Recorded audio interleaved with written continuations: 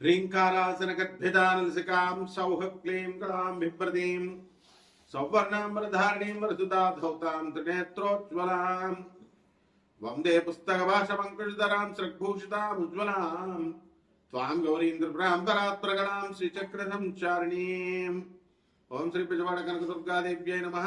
श्री दुर्गामल्लेश्वराभ्यां नमः। ओं श्री गुरुभ्यो नमः। మనకి గోలోకం వెళ్ళలేం. శ్రీకృష్ణ పరమాత్మని రాధాదేవిని అక్కడ మనం చూడలేం. కొన్ని కోట్ల సంవత్సరాలు తపస్సు చేసినా సరే గోలోకం వెళ్ళలేం మనం. అలాగే బ్రహ్మలోకం వెళ్ళి బ్రహ్మదేవుని కలవలేం. మరి విష్ణులోకం వెళ్ళి వైకుంఠం వెళ్ళి విష్ణువుని కలవలేం. కైలాసం వెళ్ళి శివుణ్ణి కలవలేం.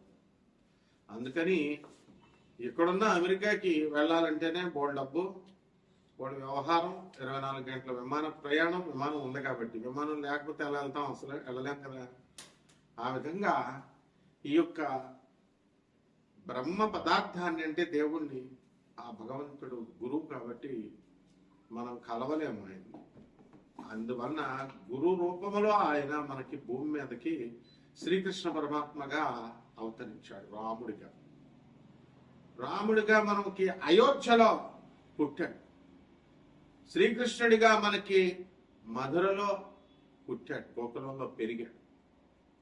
ఎంత క్లియర్ కట్గా మనకు అయోధ్యలో మనం గుడి కట్టుకుంటున్నాం, భక్తులు వెళ్తున్నారు, రామనామ జపం చేస్తున్నారు, ఇక్కడ కృష్ణనామ జపం చేస్తున్నాం. మనం భూమి మీదే ఉన్నటువంటి బృందావనంలో రాధాకృష్ణుల మీటింగ్ పాయింట్, లవర్స్ స్పాట్, వాళ్ళిద్దరు కూడా నిధివనంలో కలిసేవారు.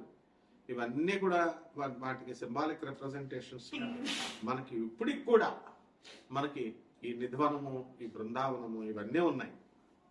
మరి చక్కగా అసలు భగవంతుడిని మనం కలవలేనే కాబట్టే ఆయన మన మీద ఎంతో కరుణతో భూలోకానికి వచ్చి రాముడిగా కృష్ణుడిగా మనకు బోధించి, ఇలా మానవుడు ఇలా బ్రతకాలని రాముడిగా చూపించి వెళ్తే మనమేం చేస్తున్నామండి? మనము పనికి మాలిన కథలు చెప్తున్నారు. మైథలాజికల్ స్టోరీస్ అంటాడు ఒకడు. రామాయణం అది కావ్యం ఎవరో రాసేశారు, వాల్మీకి రాశాడు. లేకపోతే భాగవతం మనకి అదంతా కూడా జరగలేదు. మహాభారతం అంతా కూడా రాసేశారు. ఇట్లా పనికిమాలినటువంటి విషయాలు చెప్తారు. మరి అటువంటి స్వామివారు సాక్షాత్తు మనల్ని జ్ఞానబోధ చేయడానికి భూమి మీదకి వస్తే మైథలాజికల్ స్టోరీ అంటున్నాము. రాముణ్ణి, కృష్ణుడి యొక్క అస్తిత్వాన్ని ప్రశ్నించే విధంగా.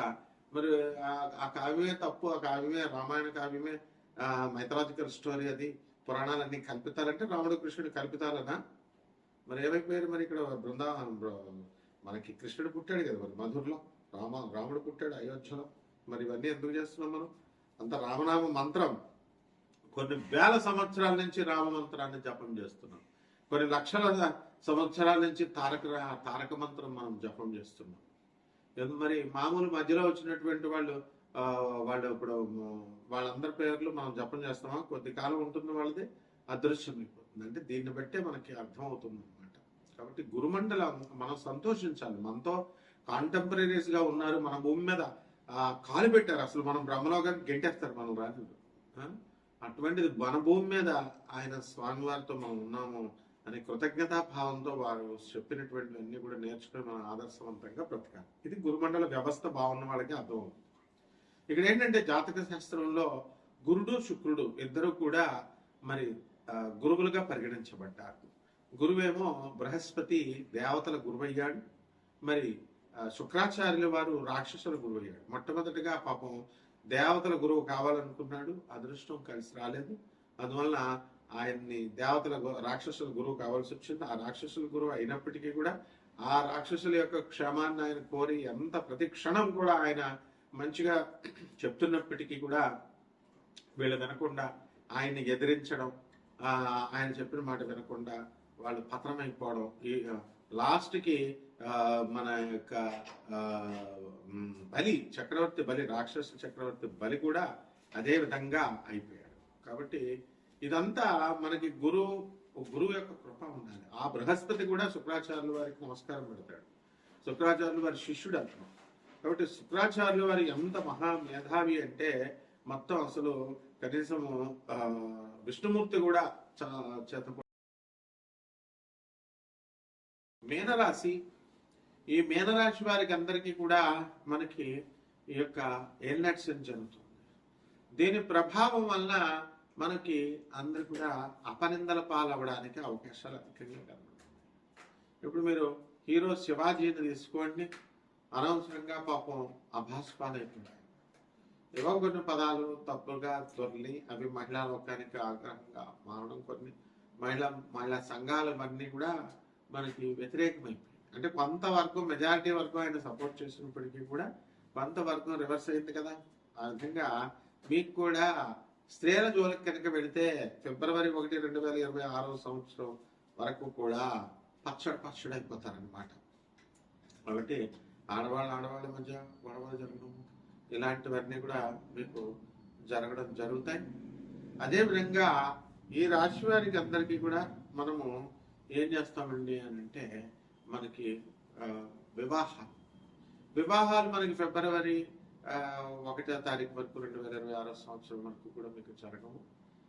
తదనంతరము సంతానం కావాలనుకునేటటువంటి వాళ్ళకి, వివాహాలు అయినటువంటి వాళ్ళకి సంతానం యోగం కలుగుతుంది.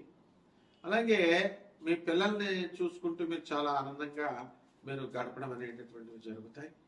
మీడియా రంగంలో ఉన్నటువంటి వాళ్ళందరికీ కూడా ప్రమోషన్స్ రావడం ఇలాంటివన్నీ కూడా మీకు జరుగుతాయి. అదే గురువు మండల వ్యవస్థ యొక్క అనుగ్రహం ఉండాలి. మీకు గురువు యొక్క బలము ఇప్పుడు 2 జూన్ 2026 సంవత్సరం వరకు లేదు. ఆ తర్వాత మీకు ఆ మరణాన్ని నుంచే మీకు చక్కగా గురువు అనుగ్రహం రావడం జరుగుతుంది. అందువలన ఇల్లు లేనటువంటి వాళ్ళు ఇల్లు కొంటారు, స్థలాలు లేనటువంటి వాళ్ళు స్థలాలు కొంటారు. చక్కగా పిల్లలు వీళ్ళంతా కలగడము, శుభకార్యాలు ఇంట్లో జరగడము ఇలాంటివన్నీ కూడా జరుగుతాయి. ధనం కూడా అధికంగా మీరు సంపాదించడం అనేటటువంటివి జరుగుతాయి. ఆరోగ్యాలు ముఖ్యంగా ఈ మీనరాశి వారి ఇళ్లలో మీనరాశి వారికి కాస్త ఇబ్బంది పాలు చేస్తున్నాయి. చర్మ సంబంధమైనటువంటి వ్యాధులు, వెనీరియల్ డిసీజెస్ ఇవి రావడానికి అధికమైనటువంటి అవకాశాలు ఉన్నాయి. అయితే ఈ రాశి వారికి అందరికీ కూడా దైవభక్తి అధికంగా పెరుగుతుంది. దైవభక్తి నుంచి మీరు అనుకున్న పనులు అనుకున్నట్టు సాధించుకుంటూ ముందుకు వెళ్తారు. ఇక ఎక్స్పోర్ట్స్ ఇంపోర్ట్స్ బిజినెస్ల్లో మీరు బాగా రాణిస్తారు. ఇతర దేశాలకు వెళ్ళాలనుకునేటటువంటి వాళ్ళంతా కూడా ప్రయత్నాలు చేస్తూ ఉంటారు ఇతర దేశాలకు వెళ్ళాలని. విద్యార్థులు కూడా మనకి జూన్ 2, 2026 సంవత్సరం తర్వాత బాగా చదవడానికి అవకాశాలు అధికంగా కనబడుతున్నాయి. కాబట్టి ఈ యొక్క ఎల్నెట్ సమయంలో చెడ్డ స్నేహితులు మీకు పరిచయం అవడానికి అవకాశాలు ఉంటాయి. అటువంటి వాళ్ళని పక్కన పడేసి మీరు మీ పని చేసుకుంటూ మీరు ముందుకు వెళ్ళాల్సినటువంటి అవసరం ఏర్పడుతుంది. ఇక ఏమంటే ఇప్పుడు ఉన్నటువంటి ఉద్యోగాల్లో రాణింపు లేదండి, రీణింపు. మరి ఇతర కొత్త ఉద్యోగాలకు వెళ్ళాలండి అని అనుకుంటున్నాం మేము వెళ్ళొచ్చు అండి అంటే దివ్యంగా మీరు వెళ్ళవచ్చు. ఎల్నెట్ సమయం ఇప్పుడు ఉన్నటువంటి ఉద్యోగాలకి ఏ విధంగా కూడా మీకు లాస్ ఉండదు. అందువలన చక్కగా పరిహారాలు కొన్ని చేసుకోండి. ఈ ఎల్నెట్ కాబట్టి ఎల్నెట్ సమయంలో శని జపం చేయండి, శని స్తోత్రాలు చదవండి. శనికి కిలోపావు నల్ల నువ్వులు, నల్లని వస్త్రాన్ని పేద బ్రాహ్మణుడికి శనివారం నాడు ఉదయం 8 గంటలకు దానం చేసుకోండి. దశమహావిద్యల్లో ఒకటైనటువంటి మహాకాళి అమ్మవారి యొక్క మంత్రజపం అనుష్ఠానం చేసుకోండి. చిన్న బెల్లం ముక్క నివేదన చేయండి. రామచెట్టు చుట్టూ ప్రదక్షిణాలు చేయండి.